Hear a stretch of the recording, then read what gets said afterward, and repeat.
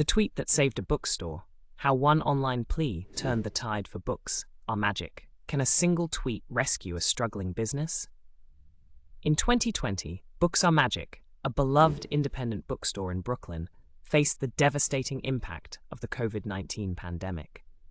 With foot traffic disappearing overnight, owner Emma Straub feared for the future of her store. In a last-ditch effort, she took to Twitter, posting a heartfelt plea for support. If you love independent bookstores, now is the time to show it.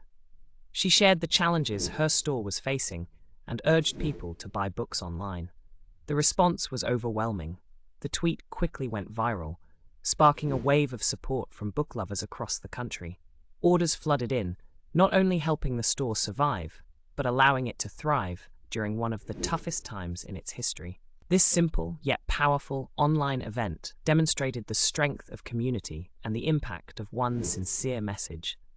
Emma's story reminds us that no matter how dire things seem, reaching out and connecting with your audience can change everything. Don't be afraid to ask for help and rally your community. Follow me for more inspiring stories and strategies to help you succeed in business.